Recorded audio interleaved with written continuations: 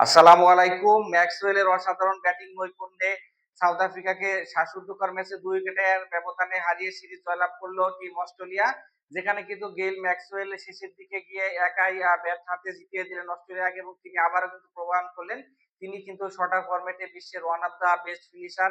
এখনো যে তিনি ফুরিয়ে যাননি। গতকালকে যারা ম্যাচটা দেখেছেন সেটা থেকে কিন্তু আসলে আপনারা আসলে বুঝতে পারবেন যে গ্লেন ম্যাক্সওয়েল টি-টোয়েন্টি ফরম্যাটে যেকোনো বোলিং অ্যাটাককে কিন্তু যেকোনো সময় ধসিয়ে দেওয়ার ক্ষমতা রাখেন।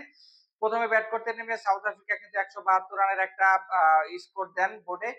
যেটা দিয়ে হচ্ছে টার্গেটে ব্যাট করতে নেমে খুব একটা ভালো করতে পারেননি এখানে ট্রাভিস হেড ১৮ বলে ১৯ রান করে আউট হয়ে যান। যদিও ওপেনিং পার্টনারশিপটা কিন্তু ছিল ৬৬ রানের। তবে এখানে ট্রাভিস হেড আউট হয়ে যাওয়ার পরে কিন্তু জশ ইংলিশও ১৬ রানে আউট হয়ে যান। এখানে টিম ডেভিড এবং ক্যামেরন গ্রিনও দ্রুত ফিরে গেলে কিন্তু অস্ট্রেলিয়ার আ এখানে ম্যাচ থেকে ছিটকে যায় অনেকটা। এর পরবর্তীতে গ্লেন ম্যাক্সওয়েল কিন্তু অসাধারণ ব্যাটিং করেন। ৩৬ বলে ৬২ রানের একটা বিধ্বংসী নক খেলেন। যেখানে কিন্তু ২ টা ৬ এর পাশাপাশি ৬ টা ৮ টা ৪ এর মারও ছিল। তাকে যোগ্য সঙ্গ দেন এখানে মিচেল মার্শও কিন্তু ৩৭ বলে ৫৪ রানের একটা বিধ্বংসী নক খেলেন। ৫ টা ৬ এর বাউন্ডারি ছিল তার হাত থেকে। তবে ম্যাক্সওয়েলের ওই ইনিংসের কারণে কিন্তু অস্ট্রেলিয়া শেষ পর্যন্ত জয়লাভ করে। এখানে বোলিং হাতে কিন্তু খুব একটা ভালো করতে পারেনি। যদিও রাবাদা ২ টা উইকেট নিয়েছে কিন্তু বাকিরা কিন্তু ইকোনমিক্যাল বল করতে পারেননি। ১ম এ ব্যাট করতে নেমে সাউথ আফ্রিকাও কিন্তু খুব একটা সুবিধা করতে পারেনি। এডেন মার্ক্রাম কিন্তু এই সিরিজে একদমই ব্যর্থ।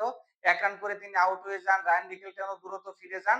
এখানে মূলত হচ্ছে ৪২ রানের মধ্যে তাদের ৩ টা উইকেট পড়ে যায়। যেখানে কিন্তু প্রিটোরিয়াসও আউট হয়ে যান। টিম ডেভিস কিন্তু অসাধারণ ব্যাটিং করেছে।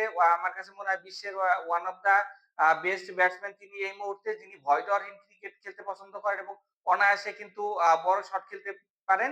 আমার কাছে মনে হয় এবি ডিভিলিয়ার্স এর পর এই হচ্ছে ব্রেভিসই হতে পারেন সাউথ আফ্রিকার কান্ডারি, যিনি কিনা চতুর্থ মানে চারদিকে শট খেলতে পছন্দ করেন।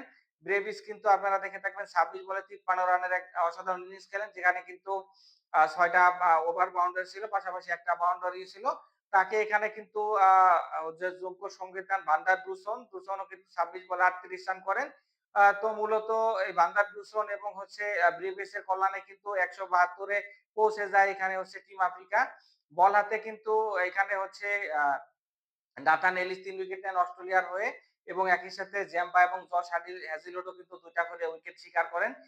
তো অস্ট্রেলিয়া কিন্তু এই ম্যাচটা জয়ের মাধ্যমে সিরিজটাও জিতে গেল। এর আগে কিন্তু সাউথ আফ্রিকা হচ্ছে সেকেন্ড টি-টোয়েন্টি জিতেছিল এবং অস্ট্রেলিয়া কিন্তু ফার্স্ট টি-টোয়েন্টি জয়লাভ করেছিল। অবশ্য কংগ্রাচুলেশন জানাতে চাই টিম অস্ট্রেলিয়াকে। তারা কিন্তু কয়েকদিন আগে আপনারা জানেন যে ওয়েস্ট ইন্ডিজের মাঠে গিয়ে ওয়েস্ট ইন্ডিজকে ৫-০ ব্যবধানে হোয়াইট ওয়াশ করে এসেছে। তারপরে কিন্তু এমন একটা জয় সাউথ আফ্রিকার বিপক্ষে অবশ্যই বুস্ট আপ করবে পরবর্তী সামনে তাদের যে সিরিজ রয়েছে সেই সিরিজগুলোতে।